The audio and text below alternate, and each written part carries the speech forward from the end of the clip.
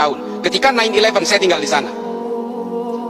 Saya dulu pernah terpapar dengan ajaran-ajaran Ma'lim fil Thoriq ini. Saya meyakini bahwa kalau Islam ingin berjaya, maka Islam harus tegak secara politik. Itu keyakinan saya dulu. Kalau lihat Gus Dur di TV, saya matikan TV-nya. Ini antek Yahudi ini. Saya dulu begitu. Ketika ada orang-orang Islam yang moderat, wah saya matikan TV-nya. Cak Nur apalagi, paling saya benci itu. Nurholis Majid, Allah yarham. Buya Syafi'i Ma'arif, saya ganti channelnya. Saya mending nonton yang lain. Itu dulu saya seperti itu. Tapi kemudian saya berusaha mempelajari semuanya. Saya baca buku kanan, buku kiri, buku tengah, saya baca semua. Das Kapital saya habiskan, L'état de Révolution saya habiskan, Ma'lim fil Thoriq, Jahilatul Qarnin Istrid, saya baca semua. Hingga akhirnya apa? Kepala saya menjadi melting pot dari kesadaran-kesadaran kognitif bahwa manusia dan takdir-takdir keimanannya ini selalu berbeda. Kalau saya lahir di Meksiko, saya pastikan 1000% saya Katolik. Saya tidak bisa nantang soal hidayah. Ini benar-benar prerogatifnya Allah. Tapi kalau saya lahir di Argentina, saya Katolik deh. Lalu kemudian dengan takdir-takdir kelahiran itu, apakah kita kemudian seolah-olah, oh karena saya Islam, sejak lahir saya Islam, maka saya yang akan paling menghuni surga. Kalau orang yang berbeda dengan saya pasti masuk neraka. Selalu punya niatan-niatan seperti itu. Demikian juga dengan orang yang Kristen, kalau kalian mau percaya. Orang yang Katolik juga begitu kok. Inilah konsep-konsep dasar keyakinan itu. Lalu apakah saya menganggap semua agama benar? Bukan itu konsepnya. Setiap orang yang memeluk agama pasti menganggap keyakinannya paling benar. Persoalannya, apakah dengan menganggap keyakinan saya yang paling benar, apakah saya harus menyalah-nyalahkan keyakinan orang lain? Kan nggak harus. Itu adalah kesalahan besar, offsetnya di situ. Dengan mengatakan istri saya cantik, saya tidak harus mengatakan istri orang lain jelek kok. Ini loh analoginya. Maka kemudian Habib Ali Al-Jufri membuat sebuah buku, judulnya Al-Insaniyah Qabla Tadayyun. Mengenal kemanusiaan lebih dulu sebelum mengenal agama. Karena apa? Kelahiran kita dan konsep-konsep keimanan ini berbanding linier. Kita beragama Islam karena lahir dari negara dengan mayoritas Islam dan dari orang tua beragama Islam. Kalau kita ini lahir di negara-negara dengan beragama Hindu misalnya, di India, kita lahir di Jammu misalnya, bisa jadi kita ini Hindu. Atau lahir di Bali, bisa jadi Hindu. Sementara kita tidak pernah ditawarkan mau lahir dari orang tua beragama apa. Tiba-tiba kita lahir brojol Islam, ikut keimanan orang tua, lalu I'm the man, I'm the holder of universe. Ini loh penyakit-penyakit orang yang kemudian menghegemoni keimanan bahwa dia itu adalah pemegang kebenaran tunggal. Makanya kalau kita ingat tulisannya Thomas Aquinas dalam Summa Theologica, saya paling memegang ini. Meskipun Santo Thomas Aquinas ini adalah seorang Katolik, bukunya itu saya habiskan. Saya itu pembaca buku dek. Ya saya nggak jumawa ya. Saya itu 1000 halaman rata-rata per bulan. Saya baca buku itu. Makanya saya merasa I'm feeling free. Saya merasa merdeka dengan berbagai bacaan yang saya bacain. Saya betul-betul tidak terbolgol oleh keyakinan-keyakinan sepihak. Kata Thomas Aquinas apa? Hominem unius libri.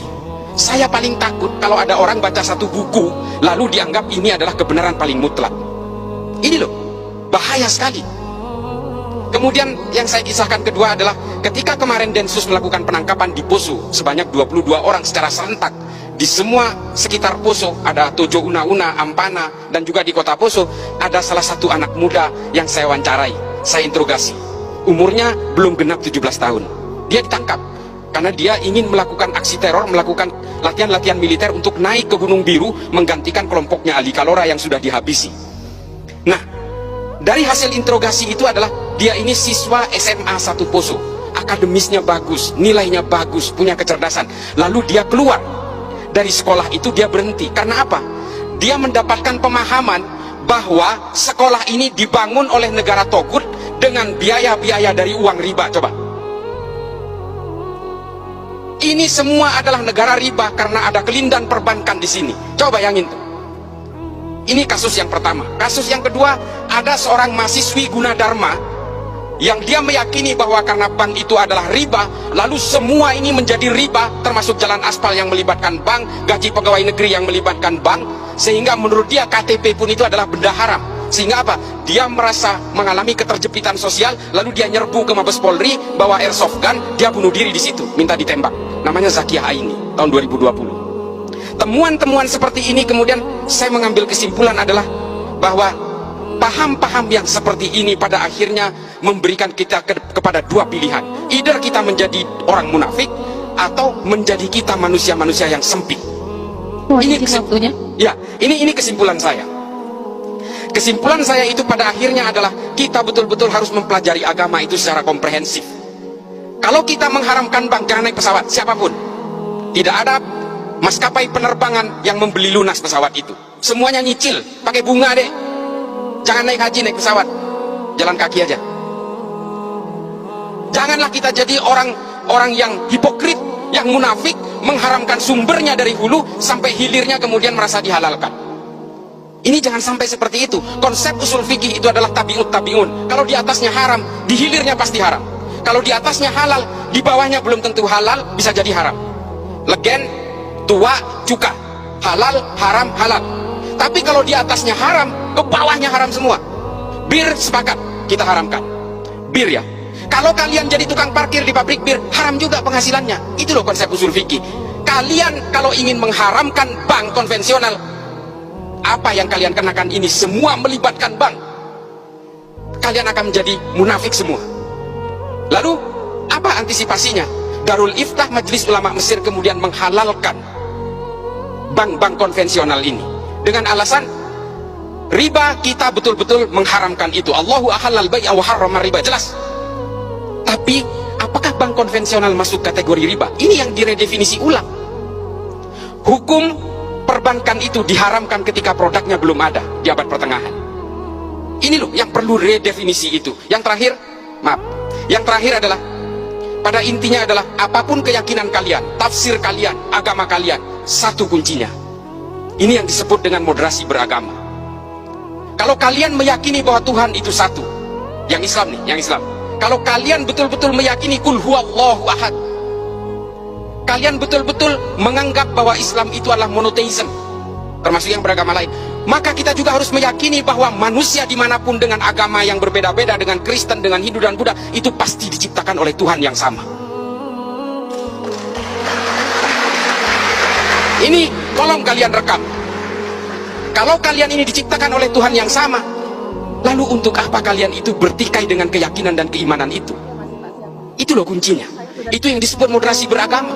Moderasi beragama ini bukan sekuler, bukan liberal, bukan. Tetaplah kalian dengan keyakinan-keyakinan agama dan tafsir-tafsirnya itu. Satu saja, jauhi kebencian, jauhi kekerasan, jaga nama baik agama masing-masing. Supaya apa? Supaya agama kalian ini tetap menjadi daya tarik.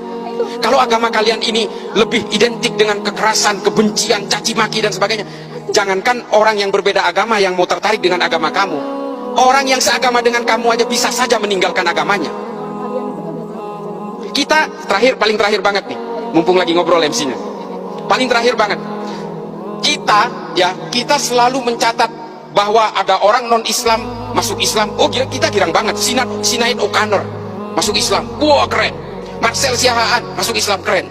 Kita hanya menghitung secara statistik orang non-Islam yang mengkonversi agamanya ke dalam agama Islam. Tapi kita tidak pernah mencatat orang Islam yang keluar dari Islam, tidak pernah ada prosesinya, tidak pernah ada statistiknya. Karena KTP-nya tetap Islam, tapi dia sudah menjadi agnostik atau menjadi ateis. Kenapa?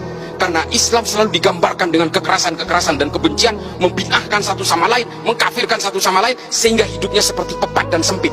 Agama bukan tujuannya untuk itu. Agama itu adalah melonggarkan berbagai isi batinnya tanpa menghilangkan konsep-konsep teologisnya, tanpa menghilangkan kehausan spiritualnya. Gitu ya. Terima kasih banyak. Ini agak sedikit ini. Mudah-mudahan ini bisa menjadi manfaat.